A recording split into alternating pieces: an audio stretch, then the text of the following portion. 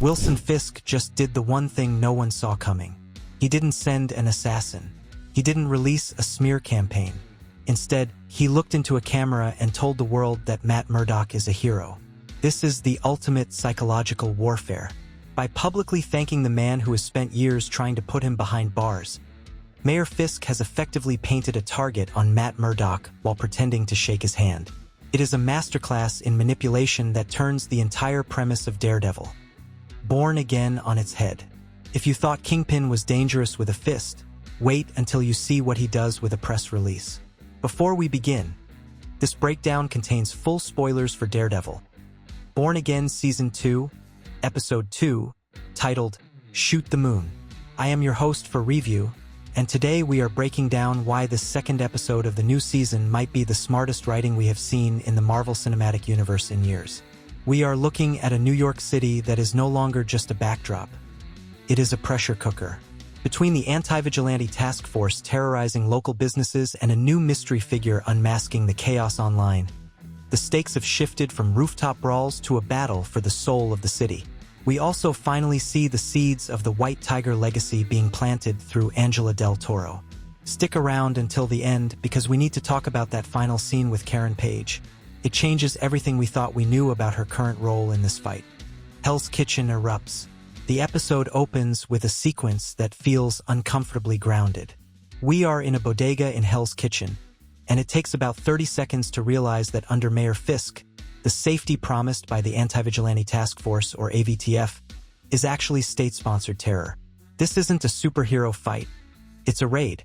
A shop owner pulls a gun to stop a kid from stealing a beer, and the AVTF uses it as an excuse to dismantle the entire room. They don't just go after the shop owner. They go after an innocent mother. The message is clear.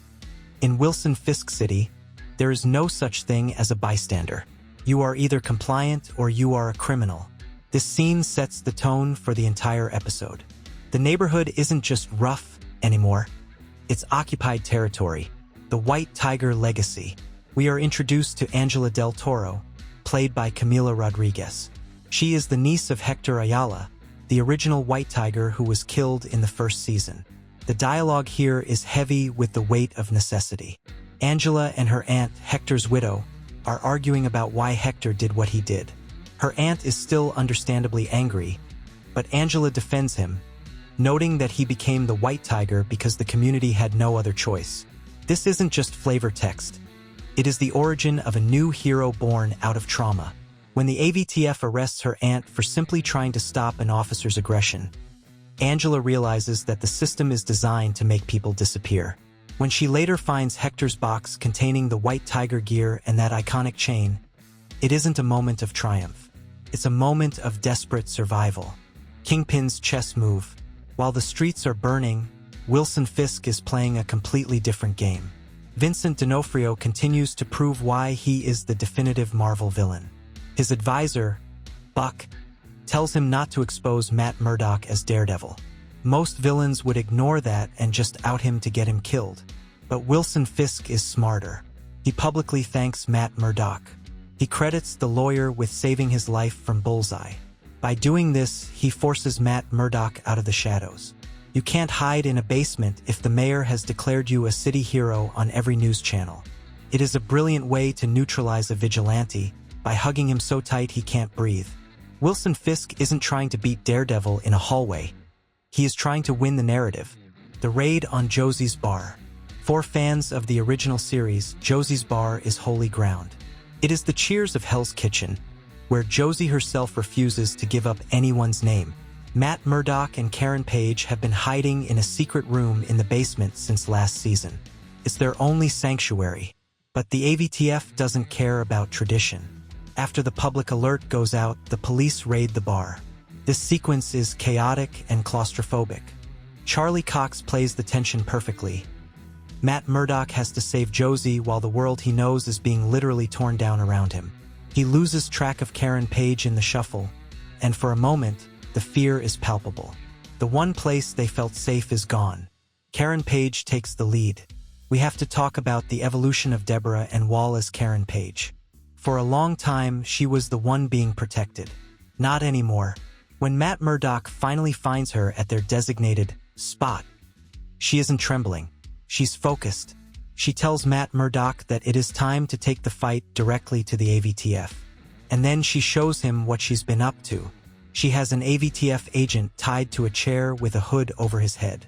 This is a side of Karen Page that feels like a natural progression from her darker moments in the previous series. She is no longer waiting for a hero to save the day. She is becoming the interrogator, the mystery of At City Without Fear. Throughout the episode, we see clips from an online handle called At City Without Fear. Someone is wearing a grotesque, Point Break-style Halloween mask and filming the AVTF's brutality. It's citizen journalism as a weapon. We eventually see the woman behind the mask. She appears to be Bibi Urich. The fact that the Deputy Communications Director is in hot water for not knowing her identity shows how much this digital rebellion is bothering the Fisk administration.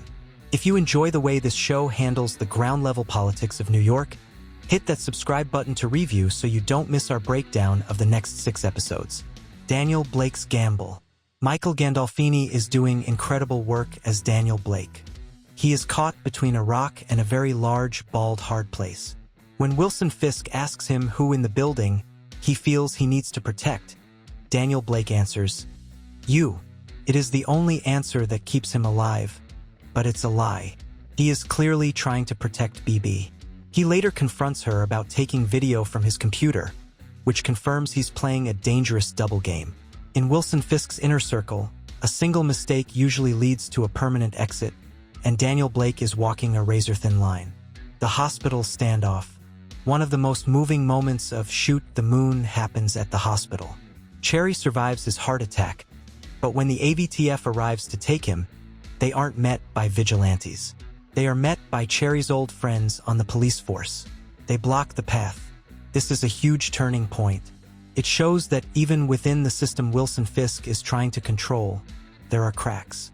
The old guard of the NYPD isn't entirely on board with the AVTF's methods. It's a small victory, but in a season this dark, it feels monumental. The stalker in the shadows. We can't ignore the looming threat of Bullseye.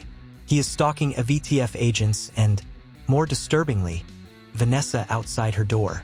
While Wilson Fisk is busy playing mayor and hero maker, his greatest failure is coming back to haunt him. Bullseye represents the pure, unhinged chaos that Wilson Fisk can't control with a press conference. Every time he appears on screen, the tension spikes because we know he doesn't care about the chess game. He just wants to flip the board. Dr. Heather Glenn's descent. Finally, we see Dr. Heather Glenn, who seems to be falling apart.